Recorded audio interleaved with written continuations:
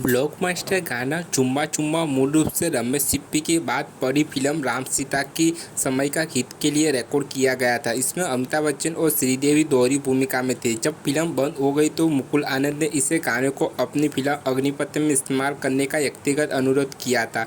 यह गाना अमिताभ और रचना पूरन सिंह पर फिल्माया जाने वाला था, लेकिन मुकुल को लगा कि फिल्म में अमिताभ के किरदार को गाना और डांस नहीं करना चाहिए, तभी गाने को हम में शिफ्ट कर दिया गया। चुम्मा चुम्मा दे दे गाने को लेकर विवाद हुआ था, क्योंकि एक साल पहले रिलीज हुई फिल्म थानेदार में एक गाना था तम्मा तम्मा लोगों, जिसकी धुन एक जैसी थी। दोनों गाने असल में तम्मा तम्मा का रीमेक था। बच्चन के साथ मुकुल आनंद 83 में सबसे सफल फिल्म जिसमें अग्निपथ और खुदा गवाह शामिल है। इस फिल्म को बाद में संशोधित किया गया और रजनीकांत अभिनीत भाषा नाम से तमिल में बनाया गया।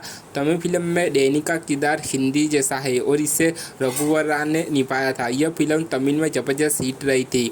गुलशन गुरु को इस फिल्म के लिए साइन किया गया था और वह बेहद खुश थे, क्योंकि यह पहली बार होगा जब उन्होंने अमिताभ बच्चन के साथ काम किया होगा। लेकिन गुलशन से थोक में खजूर देने के लिए कहा गया था और वह नदी के साखे वह शिकारी के लिए दक्षिण अफ्रीका रवाना होने वाला था। वह उस फिल्म से पीछे नहीं हट सकते थे। अंततः उन्हें यह भूमिका सीरिया अत्तू कुमार से हरनी पड़ी। जब फिल्म लॉन्च हुई तो सभी चरित्र अभिनेताओं का लुक अलग अलग था।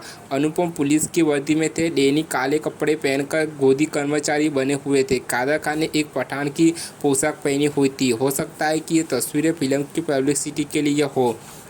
जिस सीन के लिए अमिताभ को जंजीरों से लटकना था, उस सीन के लिए उन्होंने अपने हाथ बहुत बुरी तरह से काट लिए थे। यह हफ्तों तक ठीक नहीं हुए थे। आलोचकों कोमला नहाटा और अमिताभ बच्चन के बीच मीडिया में बड़े पैमाने पर युद्ध की खबरें आई। कोमल ने हम के बॉक्स ऑफिस कलेक्शन की जानकारी देते हुए इसे फ्लॉप बताया। इससे अमिताभ नाराज हो गए और उन्होंने फिल्म के तथ्य और आंकड़े गिनाते हुए कहा कि फिल्म हिट थी। अमिताभ ने कहा कि कोमल को उनका काम नहीं पता और वह पश्चाताप रही है। अग्निपथ में बजाया गया गाना चुम्मा चुम्मा नहीं बल्कि ओरिजिनल वर्जन ये था। यह फिल्म 1991 के दौरान अमिताभ की एकमात्र हिट थी, जब उनकी अन्य फिल्में बॉक्स ऑफिस पर असफल थी।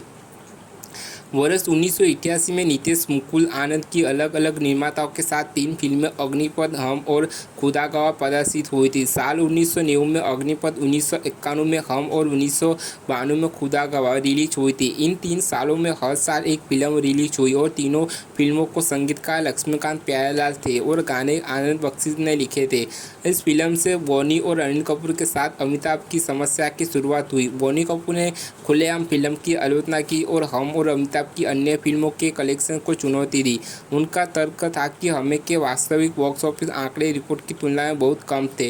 बोनी कहते हैं कि 80 के दशक के आखिरी और 90 के दशक की शुरुआत में अमिताभ की बॉक्स ऑफिस फ्लॉप फिल्में पूरी तरह बर्बाद हो गई है, जबकि अनिल कपूर की कथित फ्लॉप फिल्में ने वितरकों के लिए अधिक पैसा कमाया है। कई पत्रिका में दिए गए इन बयानों के कारण अमिताभ और बोनी कपूर के बीच वर्षों तक अदृश्य दरार बनी रही थी।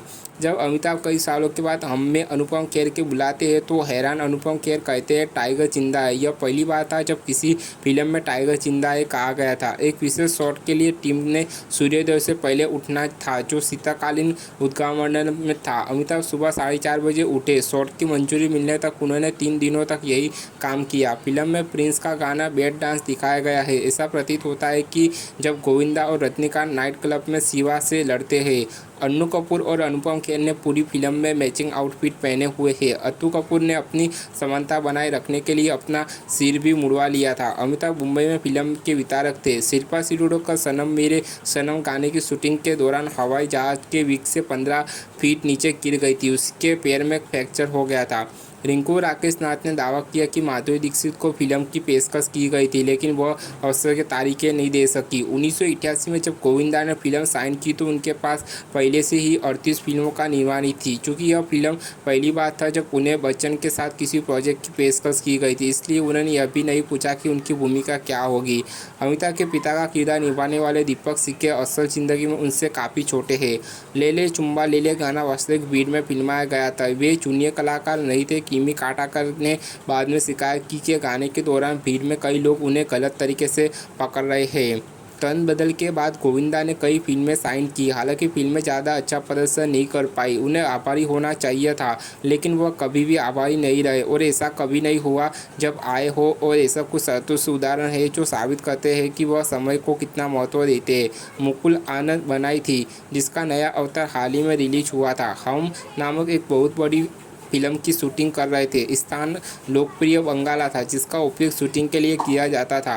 रुइया पार्क 9 बजे की शिफ्ट थी और अन्य सभी कलाकार अमिताभ, रत्नी और डैनी किमी काटाकर और खुद निर्माता और अभिनेता रोमेश सरमन ठीक 9 बजे पहुंच गए थे। लेकिन गोविंदा का कोई पता नहीं था, जो जल नामक इमारत में रहते थे। तरंग जो रुइया पार्क में सिर्फ 5 मिनट की दूरी पर था।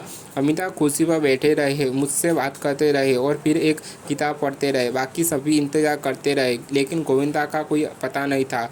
रमेश शर्मा और मुकुल ने कई बार उनके घर फ़ोन किया, लेकिन उन्हें हमेशा एक ही जवाब मिला, साहब पूजा में बैठे हैं। आखिरकार रुइया पार्क पहुंचे जब लंच ब्रेक से पहले केवल 15 मिनट बचे थे और पूरी यूनिट बस चली गई थी। गोविंदा ने तब कहा कि वह दोपहर का भोजन करने के लिए घर आएंगे और अगली बार वह 2 घंटे बाद ही लौटेंगे। यूनिट असहज थी और मुकुल उनकी मनोदशा को समझ गए थे और उसने दिन भर के लिए पैकअप बोल दिया। पूरा दिन कुर्सी पर बैठकर गुजारने वाले गोविंदा ने अमिताभ साहसी किसी से माफ़ी मांगने की भी तमीज़ नहीं थी। मुकुल ने उनसे अगली सुबह समय पर रिपोर्ट करने को कहा, लेकिन जिस समय के अनुसार गोविंदा काम कर रहे थे उस समय में कोई बदलाव नहीं हुआ। कादर खान ने आखिरी बार हम में अमिताभ बच्चन की फिल्म के लिए संवाद लिखे थे। मुकुल आनंद की पिछली फिल्म अग्निपथ में एक दृश्य है जिसमें अमिताभ बच्चन मॉरिशस पहुंचते हैं और कार के पीछे एक हेलीकॉप्टर होता है। बैकग्राउंड में गाने का संकेत होता है, चुम्मा चुम्मा जा सकता है। फिल्म हम में कागज कलम दावत गीत के 1.48 बजे लक्ष्मीकांत प्यारेलाल ने इमेज एशियन के गीत बॉडी टेक के परिचय भाग का नमूना लिया था। इसी गाने को बप्पी लाहिड़ी के कसम पैदा करने वाली की गाने काम क्लेजर के लिए सैंपल किया गया था। त्रिमूर्ति के बोले बोल बोल 1.57 मिनट पर उसी धुन को बार बार लक्ष्मीकांत प्यारेलाल द्वारा प्रस्तुत किया गया था।